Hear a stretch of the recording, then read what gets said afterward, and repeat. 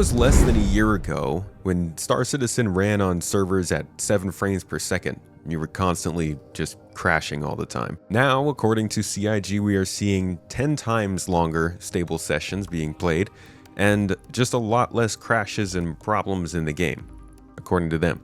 But why did this happen? Benoit happened. Not exactly, actually. There's a lot of stuff that has gone into the playability push this year in Star Citizen, but Benoit is now the CTO of Star Citizen, and he's done a lot to try and make the processes more efficient in the Star Citizen development cycle. So today, I'm going to kind of break down what we heard and what was learned when it comes to the playability push in Star Citizen Live recently with Benoit, because it feels like that was a big part of the episode, was just kind of talking about what they've done to follow through on the stuff that he signaled to us back in February. You may not have noticed any increase in playability, but this is going off of what they're saying, and me personally, I feel like I have. Anyways, we're going to jump right into it here. And then we got the QA teams to basically derive the priorities within the squad. So instead of saying, hey, production management is going to, drive the priorities, we got the QA leads to do that. So first off, the big thing that was mentioned here was a Q&A power shift. This was the QA folks being able to step up over the developers on any given feature to put a red light stop on a feature before it goes into the game. Beforehand, devs would push features into the game even if they were broken, just because the rapid pace of development called for that stuff to keep happening. Now though, the QA leads, who are specialists in any given gameplay that they're taking part in, are embedded testers in each gameplay team. And they can say, hey, this is going well, but it's not going to make the cut on the next patch, which has become very important in the overall development cycle. This means there's less regression going on because things aren't getting missed as much, and there's more reliability in the game. It hasn't made things perfect. We still see things slip by and called out by the community only to be fixed within weeks by CIG. I think that's a problem they really still need to solve. They do miss a lot of stuff that the community quite handily figures out within days, but it has seemingly gone a long way in slowing things down to be more stable.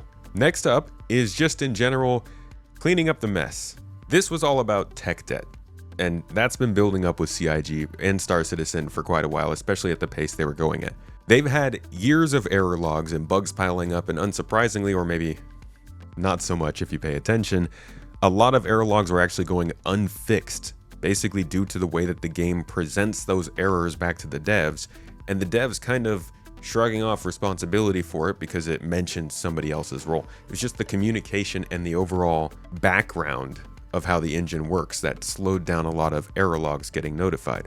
This meant that error handling wasn't actually being done in the code review for each build, so a lot of things were being missed. Now though, there is a hygiene initiative, scrubbing the engine, forcing a lot of cleanup work in the older code, and clearing out the backlog of those errors, which players can actually see for themselves in the console. If you pull up your console, you can see a whole bunch of stuff ticking by. A lot of that stuff's not supposed to be there, and CIG is now starting to take care of clearing all that stuff out. They're literally going back into the old problems that they created over time and clearing out the tech debt, which is something a lot of people have been saying needed to happen for a while. Results of this obviously have been fewer random crashes and broken features making it into the game, but we are seeing slowed down features being put into the game. Kind of a bummer. After that, we've got a higher focus on stability in builds over speed of launching, which is interesting because they are putting out more builds this year, but they are focusing more heavily on the stability there.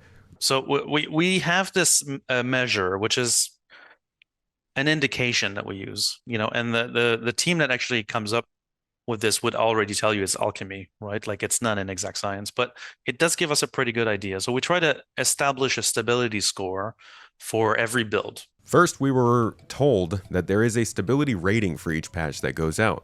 It goes optimal, excellent, stable, unstable, volatile, and critically unstable. Bet you couldn't guess which one was critically unstable. Yeah, it was 318.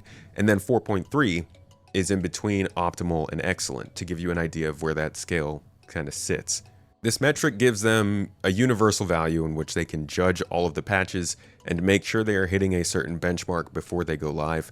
It's just, it helps to raise the quality of each release, and it gives them the chance to have multiple variables go into a value that's calculated automatically based on how much players are playing, how long player sessions are, how many crashes there are per server, stuff like that, all to tell them, kind of give them a rough idea of how a patch is doing.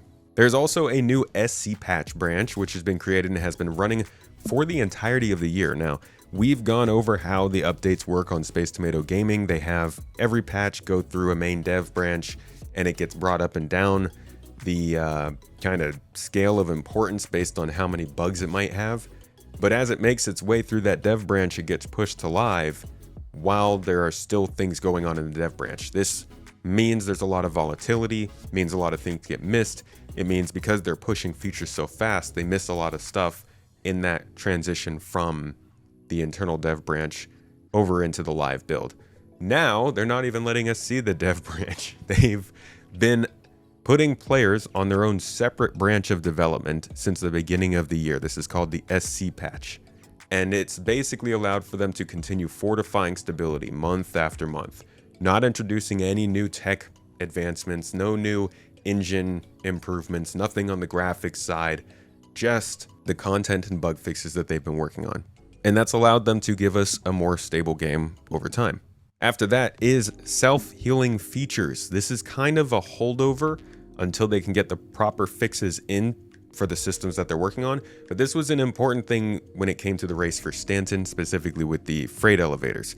This is allowing elevators and freight lifts to now repair themselves when they get desynced between themselves and the game, themselves and their own kiosk, or the game in the I don't know, something. This has been very helpful though in fixing the problems that made it so that people couldn't take part in that event, and it allows for things like the UI to catch up with the game if they get out of sync. And maybe the UI is telling you there's no box there, but you know there's a box there, and you just kind of sit there staring at it for minutes at a time. Now, the game is going to run regular refreshes where it checks to make sure that's up to date, and if it's not, it can catch that and self-repair itself so it's not broken for the rest of the server's session. This idea of self-healing games is not just stuck to freight elevators though, it's going to be going in all across the game whenever they find something that needs to be fixed but doesn't have the time. Basically, back in the day, a lead engineer would be needed to fix something in the game, but instead of that something getting any sort of fix on it, it would just sit like that, broken, until the engineer could come and swing around. We've seen this happen a lot. We talked about it on this very channel. It was just a product of them moving too fast. Now though, instead of just leaving the things broken, they're going to identify the things that are problems, put in a self-healing fix that will try to fix the problem over time, and until that lead engineer can get in to actually fix the problem permanently, there's at least something a little temporary, a little band-aid there to help. This is what we're seeing from things like the transport system. They have done a lot to try and fix that transit system throughout the game, but they're working on an overall transport system fix to replace that. ATC is also there, hangars are there. Quantum Travel is probably going to have something like this. It's just a way for them to better fix features in the meantime, instead of leaving them to be absolutely broken until they can finally get around to repairing them. After this, we've got server tech improvements. Kind of generalized statement, but it's good stuff. First of all, server meshing has been pushed out. It's gotten fixes, it's gotten some polish. It's been with us for 9 months, and to be quite honest, compared to the release of 3.0, or even the release of 3.18, it has been so solid. There have been some struggles, I will agree with you there, but 3.0 released, and it took us until November to get a decent play experience after that. So I think they've done a decently good job after 4.0. They've been taking care of issues surrounding missions, interdiction, beacons, and some other things, and the work is definitely not done. We're missing some important missions. Racing is still not even in the game. Medical beacons still don't work. It's not all sunshine and rainbows, but they have done a good job of making sure that the game runs well on a server meshed platform versus not. And I would say that it's arguably running better than it did at its best when we weren't running on server meshing. We've also found out now that hotfixes can roll out faster per server than they used to be able to do, especially now with the server meshed influence. They can push hotfixes out to servers.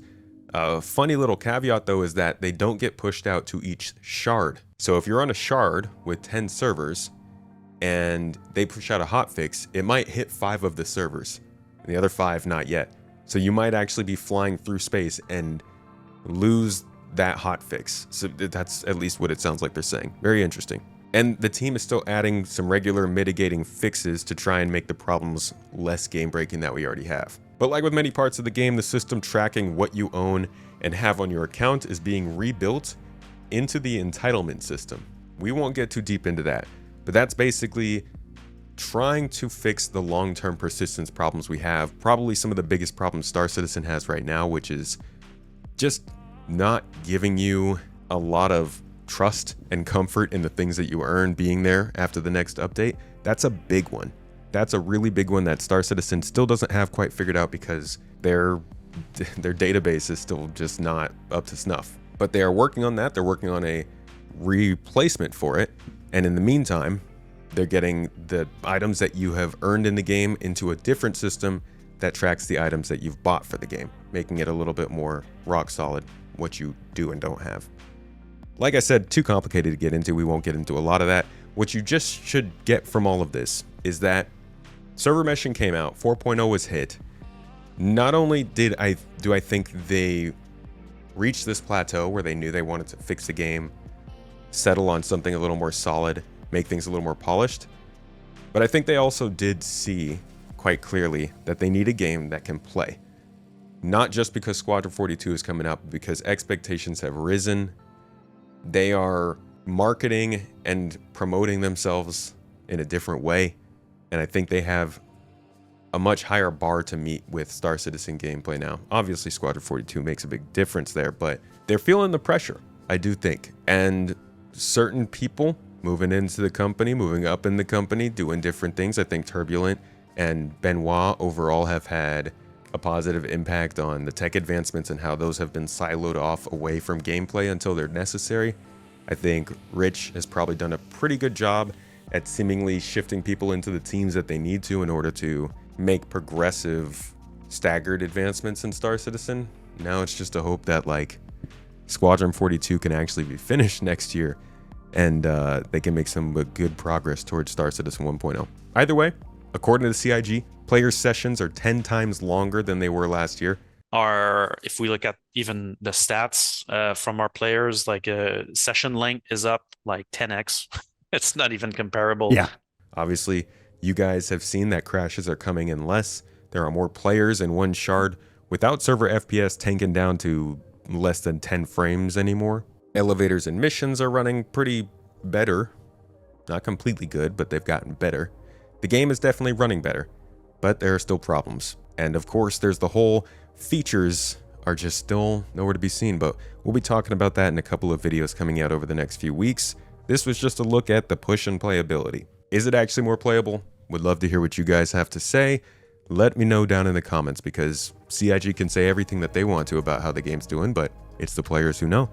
I've been noticing some better stuff. Some other stuff like freaking Pyro letting me fall through the floor is still kind of the same. So we will see where it goes for the rest of the year, but I think arguably what we're getting from all of this is that the management of this game's development is in a much better place than it used to be.